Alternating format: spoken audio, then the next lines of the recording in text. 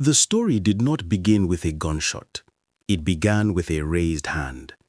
After one of the deadliest Boko Haram attacks in Borno State, after bodies had been counted and tears swallowed, a soldier stood among survivors during a military briefing and dared to ask a question. That single act, he says, ended nearly 20 years of service, destroyed his livelihood, and pushed his family into poverty. Today, almost 10 years later, he is no longer in uniform. He has no house. His children are out of school. His wife hawks food on the street. And his mind still returns, again and again, to the blood-soaked battlefields of the Northeast. I am not a wounded soldier, he says gently. I am a dismissed soldier. That sentence alone carries a weight Nigeria has not fully confronted. The dismissed soldier shared his ordeal during a podcast interview hosted by Lucky Udu. His voice was steady, but the pain behind the words was impossible to miss. According to him, his life began to unravel in December 2015, at the height of Nigeria's counter-insurgency war against Boko Haram. At the time, he was serving with the 118 Task Force Battalion, deployed to some of the most dangerous front lines in the Northeast: Maiduguri, Baga, Gubio, Tere, Gajibo, and Tunkushe. These were not ordinary postings. These were zones where survival was uncertain and death was often sudden. Now, at this point, we need to understand the environment. This was a period when Boko Haram attacks were relentless. Military bases were overrun, villages were emptied, roads were lined with ambushes. Soldiers slept with boots on and rifles within arm's reach. Then came Baga. According to the ex-soldier, Boko Haram launched a devastating attack in Baga, Borno State. The assault, he said, wiped out at least 117 soldiers, men he trained with, ate with, fought beside. You can imagine the scene.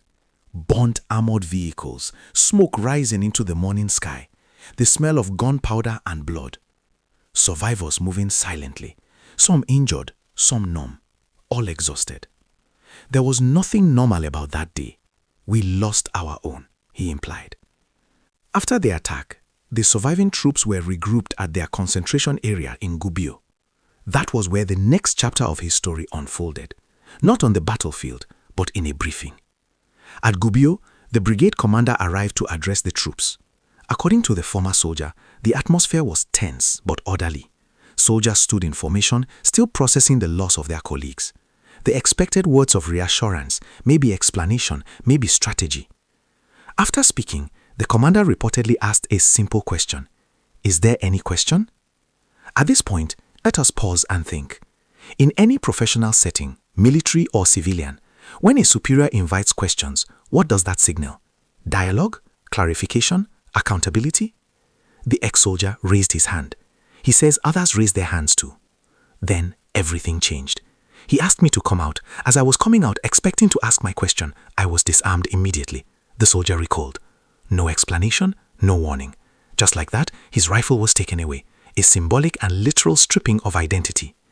He was escorted out and taken straight to my Malari cantonment in Maiduguri, from question to custody. At my Malari cantonment, the situation worsened. He says he was handcuffed and chained, treated not like a frontline soldier who had survived an ambush, but like a criminal. He spent 10 days in detention. No court-martial he could understand, no clear explanation, just confinement and uncertainty. Then his commanding officer visited him. She told me I had been charged with disobedience to an order, he said. Confused, he reminded her of what had happened. I asked her, "You were there when the commander asked if there was any question, and I raised my hand, not only me." Her response still haunts him. She said her hands were tied. Now, let us look at this clearly.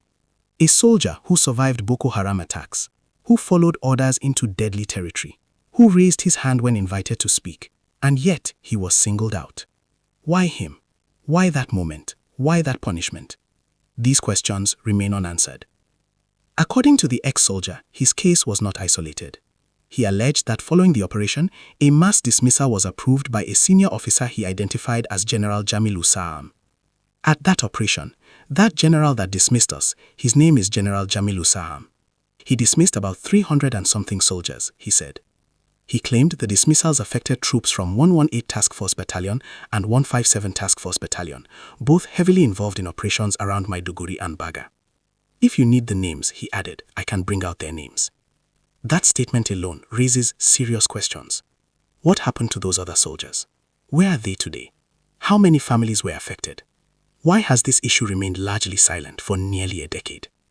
Another angle to this issue is accountability within military institutions during wartime, especially when morale is already fragile. The dismissed soldier joined the Nigerian Army in 2003 at just 18 years old. That means he gave the army his youth, his strength, and his prime years. I joined the army at the age of 18. I dedicated myself right from youth, he said. He participated in several operations, both inside and outside Nigeria. Hybrid operations in Darfur, Operation Polo Shield, multiple internal security operations in Maiduguri and across the northeast. He fought, moved, camped, and bled where he was told to. Then, without benefits or support, he was dismissed. I am ashamed even to go down to my hometown, he said calmly. That shame is not about wrongdoing. It is about broken expectations, the kind that crush a man's spirit. But here's where the story gets deeper. The former soldier did not only lose his job, he lost his peace of mind. He described horrific casualty figures from different encounters with Boko Haram: 115 soldiers lost at Territory, 75 soldiers lost at Gujiba, and over 300 soldiers lost at Tunkushe. These are not just numbers, these are lives. Men who joked in trucks, men who shared rations, men who talked about home. At times I sit like this, it will be as if something is happening to me, he said. He described moments where his mind spirals, where the memories flood back, where sanity feels fragile. At times I feel as if I want to go mad. Let's pause and think about the human perspective. How many soldiers returned from the Northeast carrying invisible wounds? How many were never given psychological support? How many were simply discarded? For a brief moment, hope returned. The late Chief of Army Staff, Lieutenant General Ibrahim Atahiru, reportedly took interest in the case of the dismissed soldiers. When he came in, the ex-soldier said, he compiled all our names. He asked us to report at Jaji by Monday. That instruction felt like redemption, like someone finally listened. Then tragedy struck again. Unfortunately, he died on Friday, on his way to the Nigerian Army depot for a parade. With his death, hope died too. Since then, nobody has been answering us. That silence has lasted years. From this point, we need to understand what desperation looks like. The ex-soldier said he and others wrote multiple petitions to the appropriate superior authority, ASA.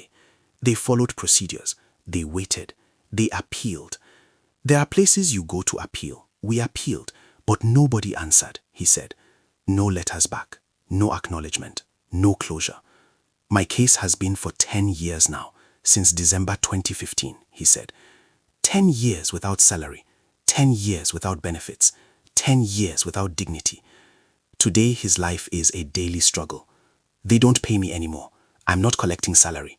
I'm just surviving. Sometimes friends send 5,000 naira. Sometimes siblings manage 10,000 naira. His wife uses the little money to buy tomatoes and drinks to sell on the street. My wife is hawking. His 3 children are out of school. As I am now, I don't have a home, he said.